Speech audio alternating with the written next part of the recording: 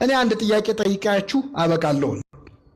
የእግዚአብሔር መላእክት ቅዱሳን መላእክት ይረዱናል፣ ያማልዱናል፣ ያድኑናል።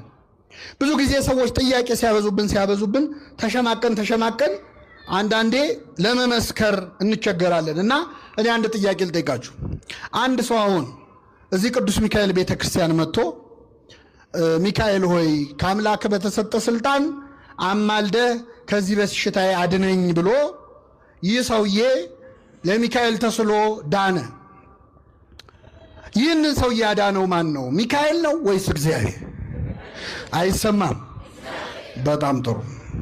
እሺ ሌላ ጥያቄ ልጠይቃችሁ። መጽሐፍ ቅዱስ ላይ ኢዮብ የሚባል ሰው ታሪክ ተጽፏል አይደለም? መጽሐፈ ኢዮብ ላይ መላእክት ሁሉ በእግዚአብሔር ፊት ለመቆም መጡ ይላል። ሲመጡ ሰይጣንም መጣ፣ እግዚአብሔር ፊት ቆመ።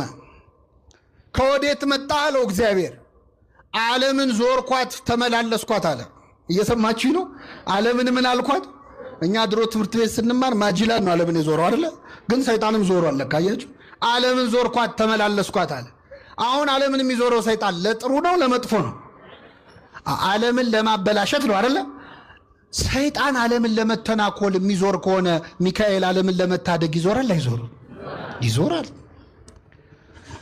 ከዛ ምን አለው እግዚአብሔር? ባሪያዬን ኢዮብ አየኸው አለው።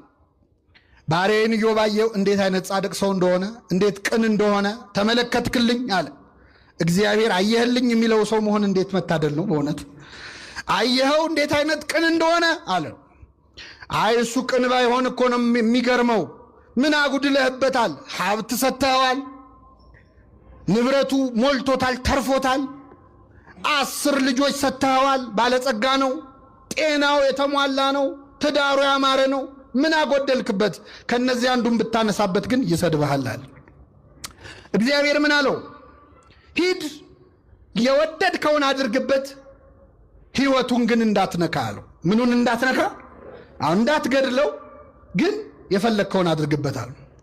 በጣም ጥሩ አለ ሰይጣን። ፍቃድ አገኘ። ከማን ነው የተፈቀደለት? ሄደና የኢዮብን ሀብት ንብረቱን በአንድ ቀን አወደመበት። በሚሊዮን የሚቆጠር ሀብቱን ንብረቱን፣ ከብቶቹን፣ ያለውን ነገሩን፣ እርሻውን ሁሉ በአንድ ቀን አወደመበት። ኢዮብ ወሬውን ሲሰማ እግዚአብሔር ሰጠ። የእግዚአብሔር ስም ምን ያለ ይሆን አለ። አይገርምም?